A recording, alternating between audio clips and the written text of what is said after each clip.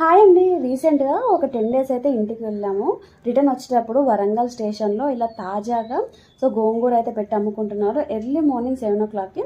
తీసుకుంటా అని చెప్పేసి అంటే మా హస్బెండ్ వచ్చేసి వద్దు అని చెప్పేసి అన్నారు. లాస్ట్ టైం మమ్మీ వాళ్ళు వచ్చినప్పుడు గోంగూర తీసుకొస్తే అది ఫ్రిడ్జ్లోనే పెట్టేసాము. బయటకి అక్కడికి ఇక్కడికి వెళ్ళడం వల్ల తినలేకపోయాము. అది మొత్తం పాడైపోయింది. అది మనసులో ఉంచుకొని 2 days జర్నీ వెళ్ళిన తర్వాత టైర్డ్ అవుతావు, నువ్వు చేయలేవు, వద్దు అని చెప్పేసి అన్నారన్నమాట.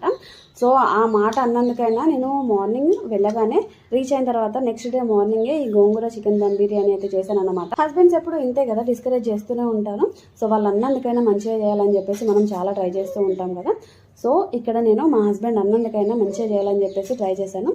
చాలా ఎక్సలెంట్గా వచ్చింది. ఈ గోంగూర చికెన్ బిర్యానీ కోసం యూట్యూబ్లో చాలా ట్రై చేశాను, కానీ నాకు ఎక్కడ దొరకలేదు. నేను యూట్యూబ్లో అన్ని వీడియోస్లలో గోంగూర పులావ్ ఉంది కానీ గోంగూర దమ్ బిర్యానీ అయితే లేదు. దీని కంప్లీట్ వీడియో నేను ఆల్రెడీ నా ఛానల్లో పోస్ట్ చేశాను.